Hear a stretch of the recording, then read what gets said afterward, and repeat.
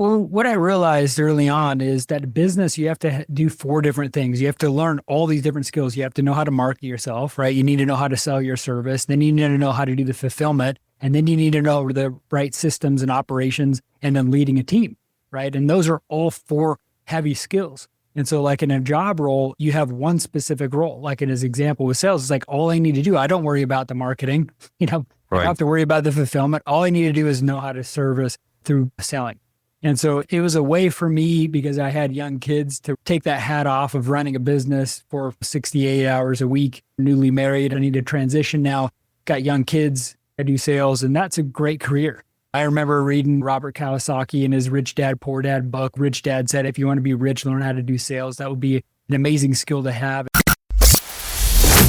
But I am the world's biggest super fan. You're like a super fan. Welcome to the Business Superfans Podcast. We will discuss how establishing business superfans from customers, employees, and business partners can elevate your success exponentially. Learn why these advocates are a key factor to achieving excellence in the world of commerce. We discuss the invaluable insights of business owners who have successfully implemented the strategies in the book to build their own team of devoted superfans. Gain insightful knowledge from the experts who create applications that help you create passionate superfans. This is the Business Superfans Podcast with your host, Freddie D. Ready!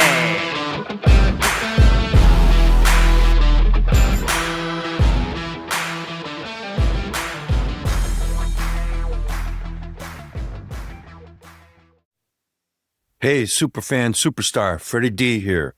In this episode 95, we're joined by Nathan Newberry, a remarkable entrepreneur whose journey spans from pastor to seven-figure sales leader. As a husband and father of three, Nathan knows firsthand the challenge of growing a business without sacrificing what matters most. After selling his own agency, he created the AI Freedom Method, a powerful system that blends high-ticket sales, AI automation, and strategic team building to help coaches break through revenue plateaus and build sustainable success. His 16-week transformation program has helped clients generate serious results, from recurring revenue to multi-six-figure months. Get ready to hear insight from someone who's all about real results, no hustle hype, and who's on a mission to help you scale without sacrificing your life. Welcome, Nathan, to the Business Superfans Podcast. Thanks for having me, Freddie. Appreciate it. So, Nathan, what is your backstory of how did you get started with Help Equip? What's the backstory on all that? And then what's led you to working with AI type tools? Yeah, my background, I originally was actually a pastor at a church, interesting enough. Oh, that's a really interesting background. God's wired us to want to help as many people as we possibly can. And that's why we're in service-based businesses now. I started out with that in my early 20s, and I got into marketing. And I ran a marketing agency for 9 years. I got into high-ticket sales. I did really well with that because I cared for people. What a thought. Right. What caused you to transition out of that? Well, I'm in a process of trying to figure everything out. I went into marketing, and then I got into sales, and then managing sales, where we're doing millions a month in my sales teams. Now I help businesses build an online presence. But I started first doing that just because I didn't know what else to do. I was a pastor. I wanted to help people. There was an old Protestant pastor, early 18th here in the U.S. His name was Jonathan Edwards. He had this saying I really liked: make as much money as you can, save as much money as you can, and give as much money as you can. I love that. If I'm not going to do ministry anymore, where I'm expected not to make anything and have that as my focus, I'm going to make as much money as I possibly can. So it was a mental and an identity shift. Hey, I'm not going to be a pastor at a church. I'm just going to be like Jesus. I really do what I possibly can to make as much money and help a bigger audience. I've had failed businesses in between all that too. And trial and error and trying to figure out some things. I realized I liked marketing because I wasn't locked into just the small community within driving distance. Now I can have a global impact. My clients were all over the world, and it was a big difference. And now I can help different people. I have people on my team that were different. It grew from that. Well, what kind of marketing were you doing? Was it for your own agency, marketing for other businesses, or were you marketing for a business and was there a marketing arm? It was mostly nonprofits and churches.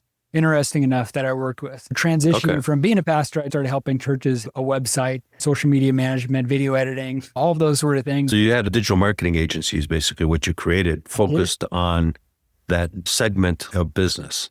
Yeah.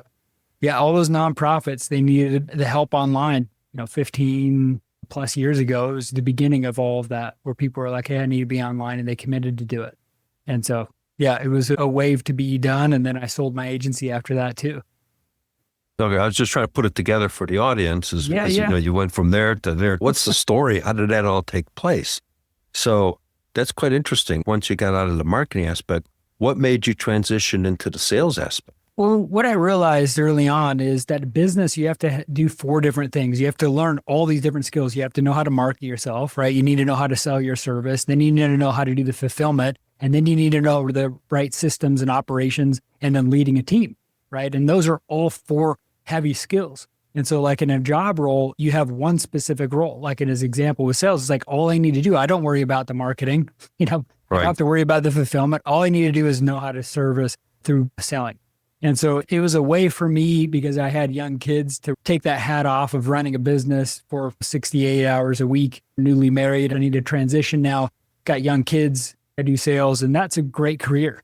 I remember reading Robert Kiyosaki in his Rich Dad, Poor Dad book. Rich Dad said, if you want to be rich, learn how to do sales. That would be an amazing skill to have. And you have past experience being in sales too, and you know how lucrative it could be. I love doing it and helping people through that and caring and training people and managing sales teams. We were doing millions a month. I mean, it was really cool. To answer your question, why did I do those different roles? Ultimately, as a pastor, quote unquote, I hate saying this, but you're selling Jesus, right? I appreciate your authenticity on that, because that's what it is in a lot of cases. And then marketing and sales is a big overlap. Ultimately, if you do really good with marketing, you're selling online through words. You can't have one without the other and the other without the one. Absolutely. I remember years ago when we started in the SaaS industry, in its very beginning, I would get to a position where I was hired to become a district manager and told, okay, you've got Illinois, Missouri, Minnesota, and Wisconsin. Here's your sales quota. By the way, we have no customers. You're opening up the office, and go. And I had to create my own marketing and ways of getting the message out about the technology. I developed what I called an attraction marketing strategy, where I would attract people to come to me.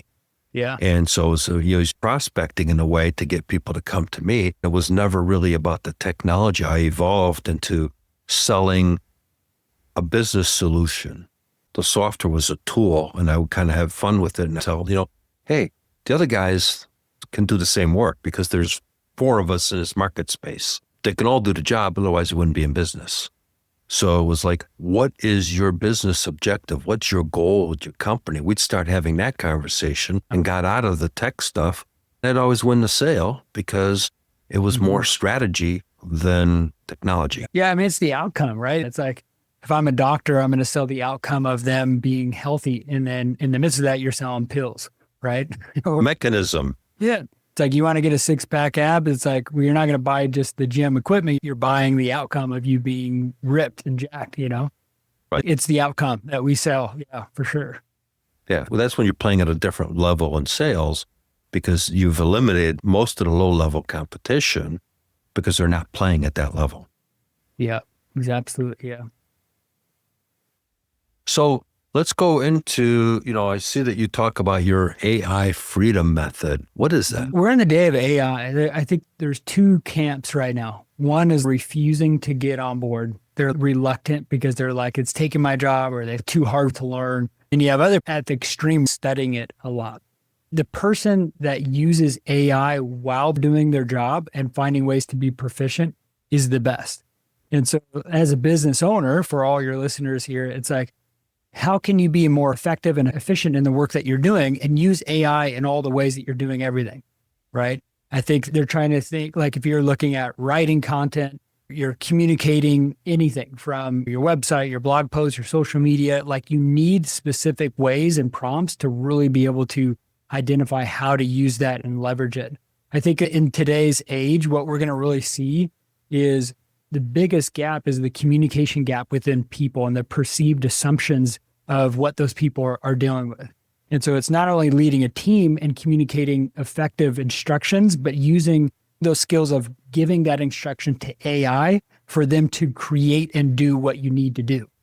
And so I think when I use the AI freedom method, it's just my way of saying this is the mechanism of how we look at creating an online business or businesses in general that can have ads and doing the sales conversion right within the back end of doing the fulfillment. Because even in sales, you think of this, I could be a great salesperson and have no leads, right? I could be a business that is great at what I do, the most amazing product or service, but if I have no leads, then I'm struggling.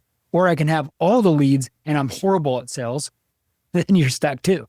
See, those are skills that need to have to raise up to do it. And AI can really help be proficient on both of those levels. Oh, absolutely correct. Nathan, if you think about it, people did trade shows and still trade shows go on. And many times those leads never get followed up, and boggled my mind when I talk with businesses and they said they just got done doing an event. What'd you do with all the inquiries? Oh, yeah, I forgot. Need to get back to them. The money's in the follow-up. Yeah. It's always in the follow-up. You got a 15-minute window. Somebody comes in an inquiry through your website. You got 15 minutes to respond to it in today's world. And that's where AI can come in and says, hey, Nath, see that you've inquired about our stuff. Thanks so much. We're super excited. We'll have one of our people contact you, or you can have the conversation with the AI in real time. I was at a networking event, and the reason I bring it up is this person said, oh yeah, I was chatting with somebody on the chat box. She realized 10 minutes and that she was talking to a robot. But she was there for 10 minutes. She ended up doing a transaction. She said, had it not been for that, she would have walked away. Yeah, everybody needs to get on board with it. And then it's only going to compound and explode how people will be using it. Even the SaaS tool you're using right now, AI and adopting everything they do. People need to know how to use it and start using every tool they possibly can. The easiest way to get started, if they haven't, is just open ChatGPT, ask a question, have a conversation. I do this in just about everything. I got kids. How do I raise my kids? How do I have a better marriage? I do this even with fitness, right? Like I'm on this fitness transformation. I ran a marathon before, but my physique wasn't the way I wanted it to be. So I started learning what that is. I have AI helping me with what I need to do from my macros to what sets. In spring break, I'm looking to get 6-pack abs for the first time. I'm calculating everything. I text where I'm at, all the macros for the day, and it just tells you if you're on pace or not. You can use it for everything. Yeah. And so I think people need to start talking and just having a conversation. Even if it was like, how can you help me with this? How can you help me with it? And they'll give you ideas and you can go in depth with some of those questions for sure. Let's talk about how you worked with some of your coaches and share a story of where they were when you began working with them and where they ended up. And now they're super fans of yours because you've transformed their business model. Now they're promoting you to others. I'll give you two. One is someone that's just starting their business and another one that's looking to scale, right? So the first one, I have a few guys that just started out trying to figure out, okay, I have a profession, they have a skill. And this is specifically for online business growth. Like if you have a skill on anything, sales and marketing or a widget, you got to figure out like their challenges and then figure out how to solve it. So you have to figure out what your offer is. And I typically help people with a higher ticket offer, right? So it's something that people will pay a few thousand at least for so that they can use that and then grow in their education. I've had a few guys that work in the real estate business. Some guy was in the passion, like flipping. The other one was a passive income.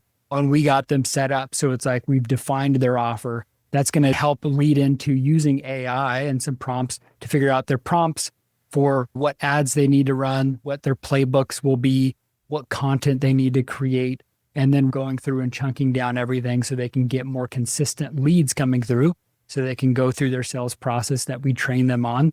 And many of the times it's what we call sell by chat. So before you even have an inbound conversation with someone, you need to qualify them to see if they're even, number one, have money, right? Number two, do they even have that need? And then the third one, is it urgent for them to fix it right now? And so if we can help them really get qualified people on the phone, it's going to help them sell their offer. Most of the time people are starting out, they want to replace their income at $10K a month. If they can do that consistently with inbound leads that are coming at them with the content that they create, that's a lot of my success comes from. I had a gal teaching people how to do investments to get rental properties too. She started out a month with a few different clients she had.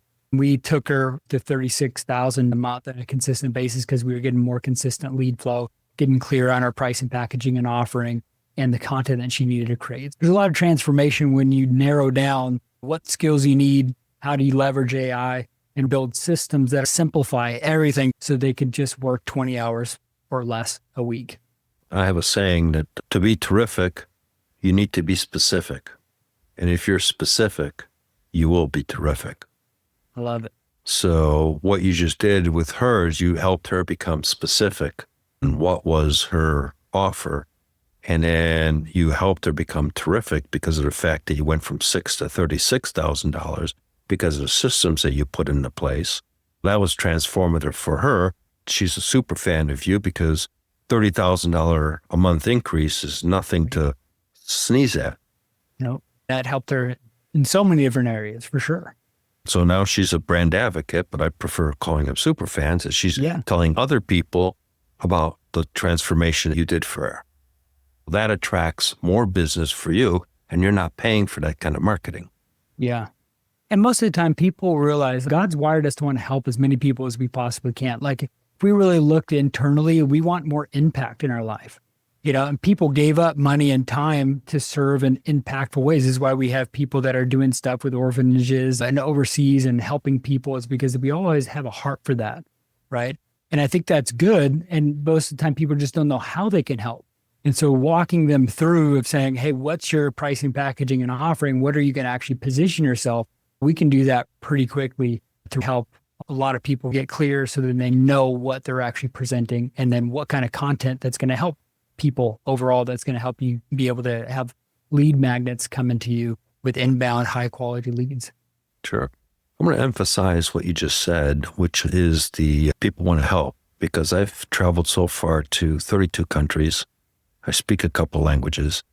And I remember years ago, me and a friend, we were traveling through Europe, and we were in Germany, and he spoke a little bit of German, but he wasn't good at reading it.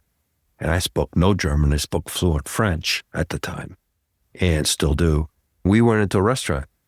We're looking at the menu and it's in German. We have no clue what we're looking at. Food smells good in the place, but that's about all we knew. The waitress came by and she looked at us and she could see that we had a look on our faces like we're clueless of what we're looking at. She just pointed to one item on the thing. Still remember. It was a phenomenal meal. It wasn't expensive, was reasonable. Turned out it was their house specialty. They went out of their way to help us. Same thing, I'm one of the few people you'll meet that's gone through Checkpoint Charlie, if you know what that is, in Berlin. And I was in, at the time, communist East Germany and Poland, and we were lost. We had a map. There was no GPS back then. I'm in a foreign country, a complete foreign environment.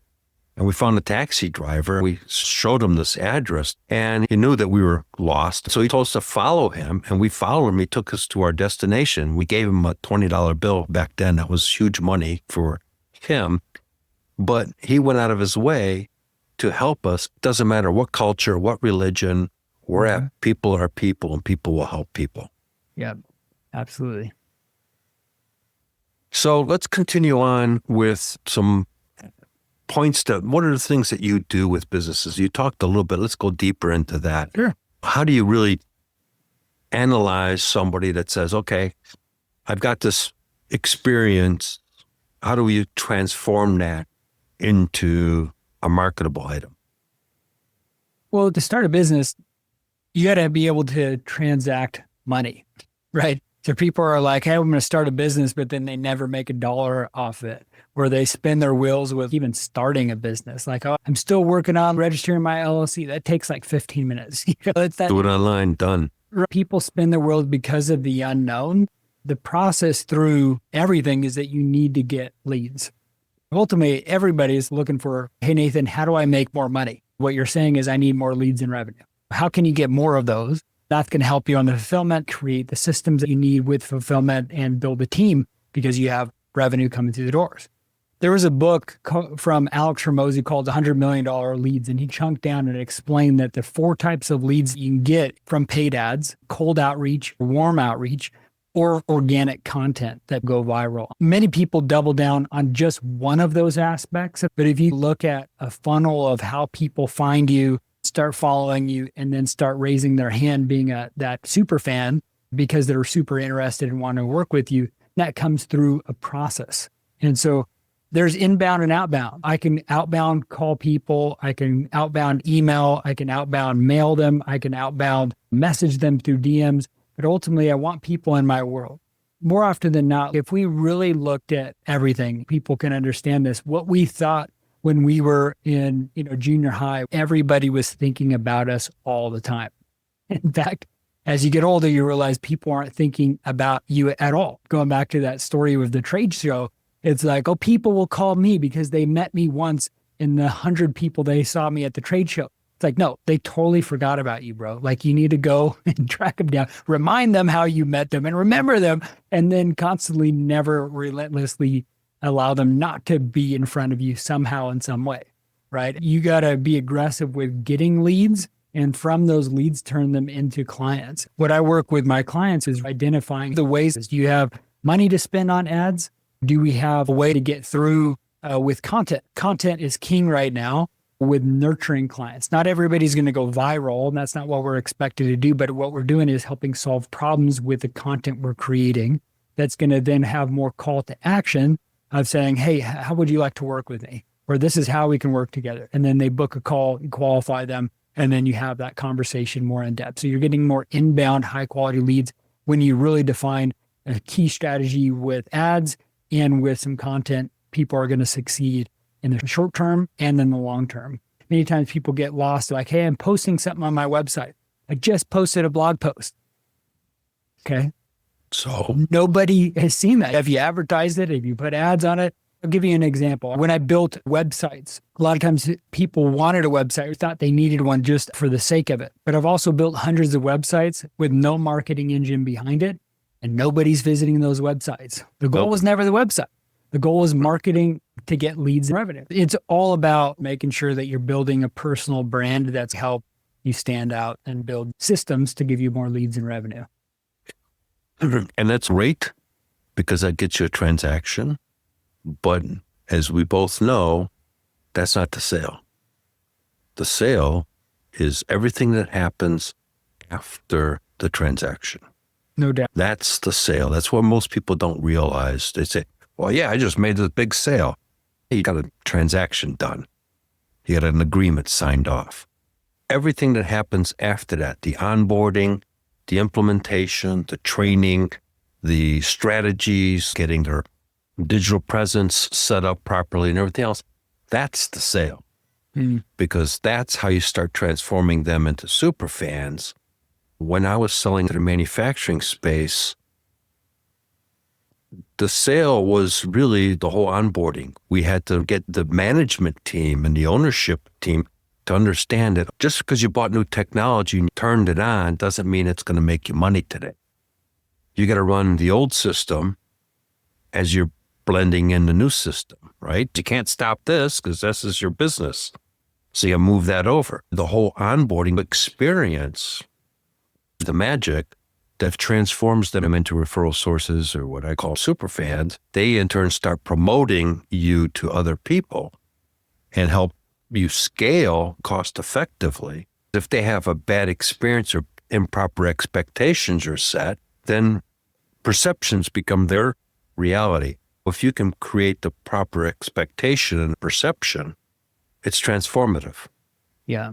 The reason why I started talking more about the front end of the business and process of scaling with referrals and building out the right processes to make sure that people stay with you long term and have a great experience is that most of the times people spin their wheels hoping and praying. Hoping and praying is not a strategy. I've talked to so many entrepreneurs say they've been working on building their website months that nobody's visiting or months of strategy. Before you know, life is over. Realistically, figure out a half-baked idea and go sell it, then figure out what your clients needs when they hire you. Do everything you possibly can to make sure that they love and care about you and the product. And then you'll have super fans by doing those extra layers of customer service. And then you're going to build out a whole program and offer around what they need because you got a client that's actually telling you what they actually need.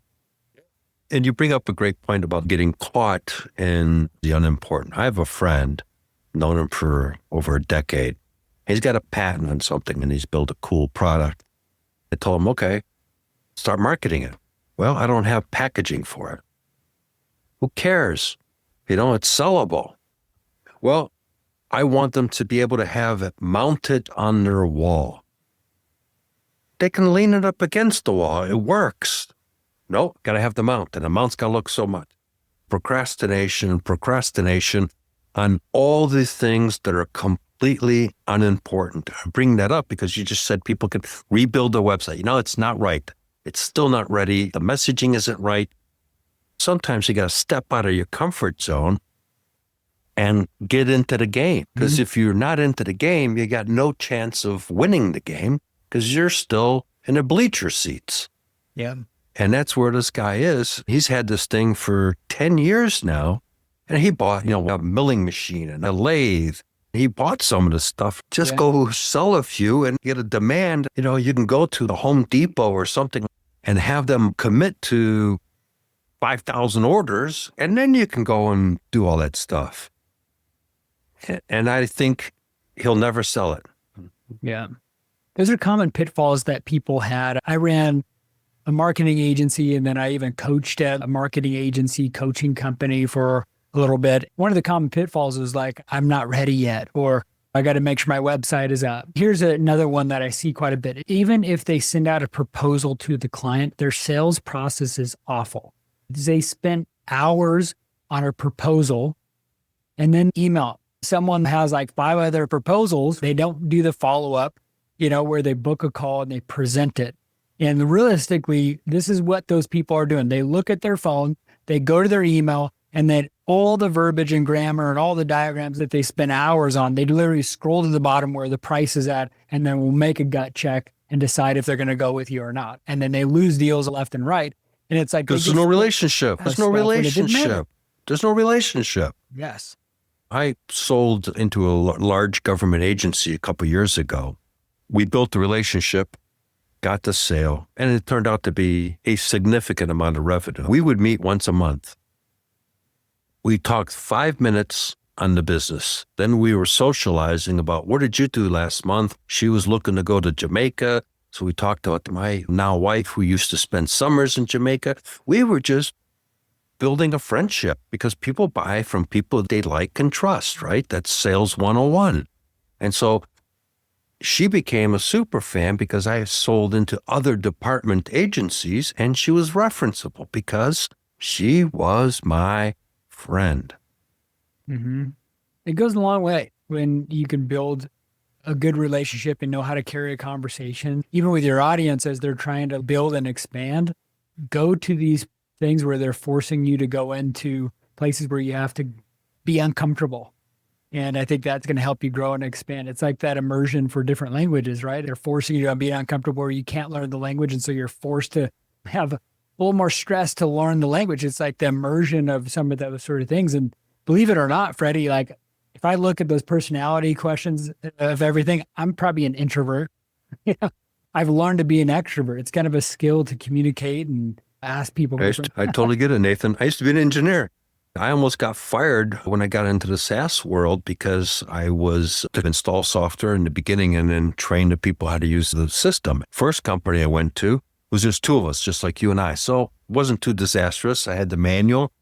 Nathan, click here and click there. Over there, click here and click there. That was my training. And then I was in front of another company and a group of engineers, from drafting board, when you're doing 2D drafting, you would think in 3D and you'd convert it to 2D. So I'm telling them, you're going to go from 3D thinking to 3D design, and you're going to eliminate this step. I had to transform their thinking. So I'm doing the same type of training.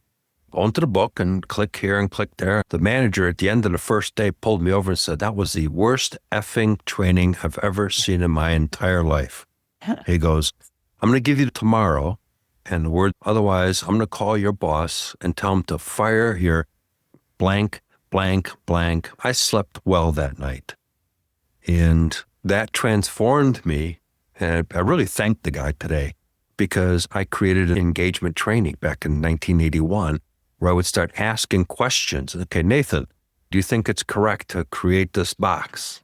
Well, I do. Steve, do you think Nathan's correct? No, he's missing a syntax. Mike, do you agree with Steve? Yes, I do. Okay. And so it got everybody into the conversation and everybody started learning. So completely get what you're saying about being an introvert and you have to transform. I had to transform or I would have been out of the SaaS world as fast as I got in it. Yeah. And it's a skill, right? Just like many things. It's not just inherent talent. It's working really hard on a craft. If you're on your business with those 4 core areas of sales and marketing, fulfillment, leadership, and systems, you got to study that. Brian Tracy, a motivational speaker, he talked your E to E ratio, education versus entertainment. So often we lean toward comfort as our goal. That's why we think about retirement. It's like, that's the end goal, to be comfortable with not having to work. When God's wired us, even from the very beginning, to work. Adam and Eve is in the garden. The first job, hey, name the animals, tend to the garden. He gave us work to do. We find fulfillment with it. People look at job and work as an enemy when it's like, really, you got to start enjoying. If you're not enjoying your work that you're doing, it's because you either didn't design the business right and you need help, and or find something that you really like within the business so that you can thrive in what you're doing and find a lot more fulfillment and significance in what you're doing. Absolutely correct. So as we wind down towards the end, Nathan, how can people find you? I'm mostly on Instagram. I have a bigger following there, Nathan Newberry Official. I have a free gift for all of those listeners. Most of the time people need help with sales or marketing, and I put together a full playbook for people that need that. If they DM me on Instagram, the word sales, I'll send them a full training and a whole breakdown of a playbook to help serve your audience. I'm everywhere on social media as well. They can find me wherever they love being on most. Okay, we'll put that in the show notes. I'm glad you shared a great conversation, great insights that you shared for our listeners. And we look forward to having you on the show down the road again. Thanks for having me. Hey, Superfan Superstar, Freddie D here. Before we wrap, here's your 3A playbook power move to attract ideal clients, turn them into advocates, and accelerate your business success. Here's the top insight of today's episode. Coaches who build their brand around how they make people feel, not just what they teach, create magnetic loyalty that no algorithm can compete with. So here's your business growth action step. Write one sentence that captures the emotional transformation your coaching delivers, then bake that promise into your content, calls, and client experience starting today. If today's conversation sparked an idea for you, or you know of a fellow business leader who could benefit, share it with them and grab the full breakdown in the show notes. Let's accelerate together and start creating business superfans who champion your brand. Thank you for joining us for another episode of the Business Superfans podcast. If you found today's conversation valuable, don't forget to hit that subscribe button, leave us a review, and share this episode with someone who could use these powerful insights to level up their business. Remember, creating business superfans isn't just about your customers. It's about fostering genuine, impactful connections across your entire business ecosystem. When you invest in those relationships, success doesn't just happen, it accelerates. Until next time, I'm your host, Freddie D. Let's keep building superfans, creating unstoppable momentum, and driving your business toward extraordinary success. See you in the next episode. We hope you took away some useful knowledge from today's episode of the Business Superfans podcast. The path to success relies on taking action. So go over to businesssuperfans.com and get your hands on the book if you haven't already. Join the Accelerator community and take that first step in generating a team of passionate supporters for your business. Join us on the next episode as we continue guiding you on your journey to achieve flourishing success in business.